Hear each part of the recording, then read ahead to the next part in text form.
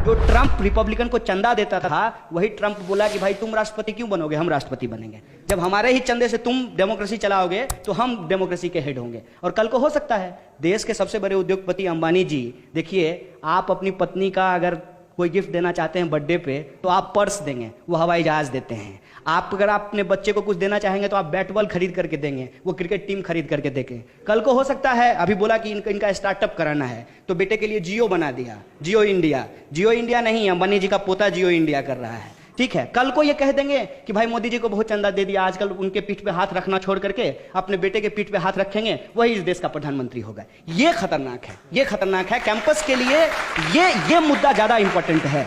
और परिवारवाद, वंशवाद, जातवाद, ये जो सवाल है, इस सवाल को आज का यूथ जनरेशन बहुत सीरियसली ले रहा है।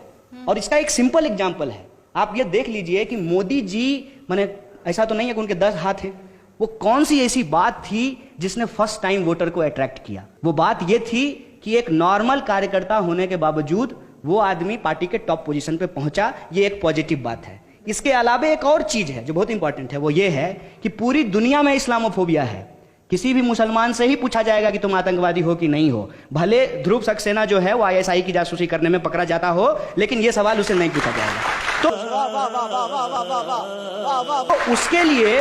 उसके लिए जरूरी था कि मोदी जी भाषण में बोलें विकास की बात। जब गुजरात मॉडल की बात हो तो नॉर्मल लोगों को लगे कि विकास की बात हो रही है। दरअसल गुजरात मॉडल ये था कि माइनॉरिटीज को घेर करके उनके घेटोज में मार दो और पूरे देश को ये एग्जाम्पल दो कि इसी तरीके से तुम मारे जाओगे अगर भाजपा का विरोध करोगे तो। ये जो डर का माहौल है, इस डर के माहौल को कैप्चर करके मोदी जी इस देश के प्रधानमंत्री बन जाते। और जितने भी वादे हैं, जितने भी इशूज हैं, उस पर अगर इस कैंपस में कोई डिबेट खड़ा करना चाहता है तो इमीडिएटली कह दिया जाता है कि यह देशद्रोही है। अगर गजब बेइज्जती है। आप मोदी विरोधी हैं तो आप अपने आप से प्रमाण पत्र ले लीजिए देशद्रोही होने का।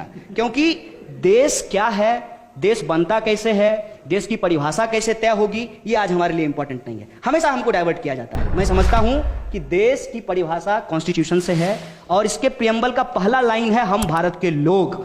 तो देश के लिए देश के लोग इंपॉर्टेंट हैं। और देश के लोगों की अगर यदि हम बात करते हैं तो कैंपस के लिए सबसे इंपॉर्टेंट सवाल है कि आज जो हम पब्लिक फंडेड इंस्टीट्यूट में पढ़ रहे हैं, हमारा आने वाला जनरेशन पढ़ेगा कि नहीं पढ़ेगा। जो DU के टॉप कॉलेजेस हैं, सेल्फ फाइनेंस मॉडल के आधार पर अगर उसको चलाए जाएंगे तो बिहार से आकर के भैया मैं तो PhD नहीं कर पाऊंगा, हमारी आने वाली जनरेशन भी नहीं कर पाएगी, राहुल सोनपिंपुले भी नहीं कर पाएंगे और कोई जो है नजीब भी नहीं कर पाएगा। दो तरफा मार है, एक पॉलिसीज के लेवल पे और दूसरा फियर साइकोसिस की जो पॉलिसी है उसके लेवल पे कि ठीक है पहुंच तो गए हो किसी तरीके से, तुम्हारी हालत नजीब वाली कर देंगे। ये जो बात आप देखिए रेप थ्रेट में जो बार बार बोली गई गुरमेहर कौर को, क्या कहा गया कि तुमको रोहित वेमुला के पास पहुंचा देंगे। ये जो एक पूरा का पूरा कॉन्स्पिरेसी है, उस कॉन्स्पिरेसी को समझने की जरूरत है।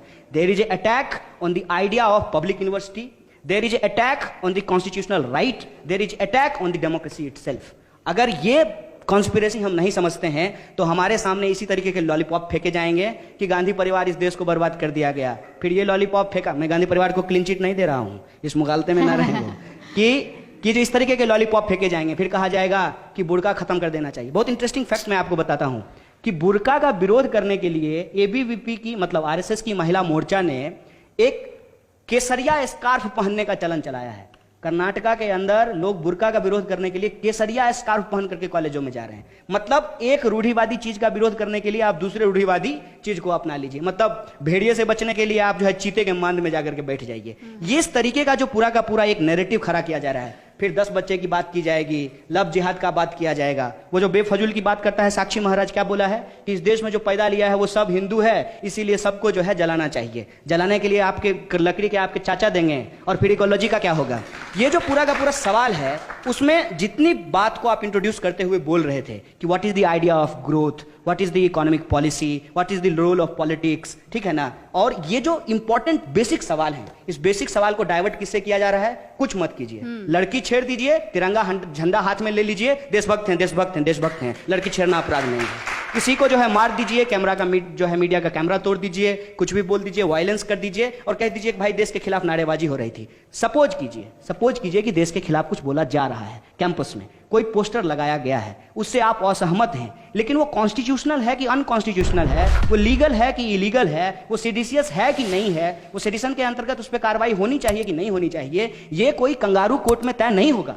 ये इस देश के न्यायालय के द्वारा तय किया जाएगा, रूल ऑफ लॉ के द्वारा तय किया जाएगा। एबीवीपी तिरंगा झंडा लेकर के किसी को देशभक्ति का प्रमाण पत्र नहीं दे सकती है, एक बात।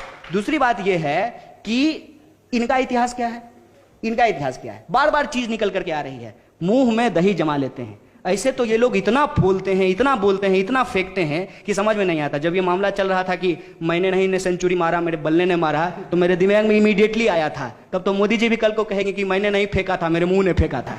कि झूठ बोलो, बार बार झूठ बोलो, जो भी बोल सकते हैं सब झूठ बोलो, जहां भी बोल सकते हैं झूठ बोलो, जितनी बार बोल सकते हैं झूठ बोलो, किसी भी विषय पर बोलो तो सिर्फ और सिर्फ झूठ बोलो। एक ही काम, झूठ बोलो, झूठ बोलो, झूठ बोलो, बार बार बोलो, बार बार बोलो, बार बार बोलो, हर जगह पे बोलो और जोर जोर से बोलो। ये जो सिचुएशन है, उस सिचुएशन में पूरे के पूरे डिस्कोर्स को जो है डाइवर्ट करने की कोशिश की जा रही है। इनका इतिहास ये, अभी 11 लोग पाकिस्तान की जासूसी के लिए पकड़े गए हैं। इससे पहले आप इतिहास पढ़ लीजिए, अंग्रेजों की जासूसी किया करते थे और बार बार इन्होंने कहा था कि अंग्रेज हमारे दुश्मन नहीं है, हमारे दुश्मन हमारे ही देश के नागरिक हैं। आज भी ये अपने ही देश के नागरिकों के ऊपर मारपीट कर रहे हैं और फर्जी तरीके से देशभक्ति बनाम देशद्रोह का विमर्श खड़ा कर रहे हैं। इस विमर्श से हमारा पेट भरने वाला नहीं है। अगर 2 करोड़ रोजगार पैदा मोदी जी नहीं कर पाते हैं, हमारे लिए सड़कों पे उतरने के लिए ये सबसे बड़ा मुद्दा है। रोहित को जस्टिस दिलाना ये हमारा सबसे मुद्दा है। नजीब को वापस लाना ये हमारा मुद्दा है। ये कितना भी ट्रैप में फंसाएं, हम लोग तो फंसने वाले नहीं हैं।